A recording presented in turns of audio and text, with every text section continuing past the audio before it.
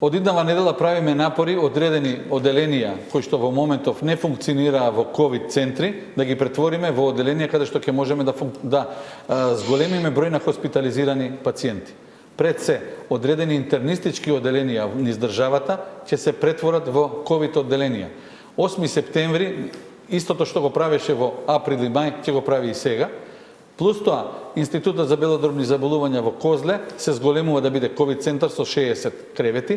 Меѓутоа и 3 клиники за кои што размислувавме, тоа е дерматовенерологија при клинички центар, ревматологија, па дури и Институт за ТБЦ.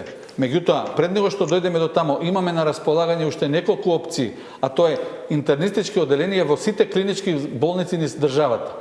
На прашањето колку сега имаме хоспитализации, некаде над 600.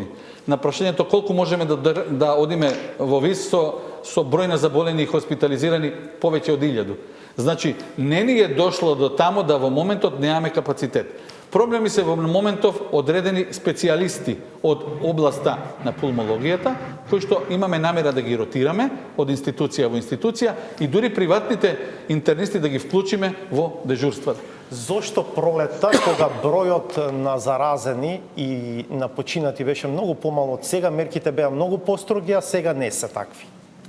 Секогаш постои можност мерките да ги направиме построги. Меѓутоа, на состанокот на кој што учествува со министерот за здравство на Берлинскиот процес, никаде во Европа нема политички час.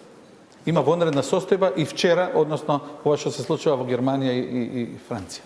Добро, вие исклучувате полициски час воопшто? Светска здравствена организација не исклучуваше, меѓутоа рече можеме да одиме со сите други мерки кои што ни стојат на располагање. До моментот додека тоа не го искористиме, нема да има полициски час.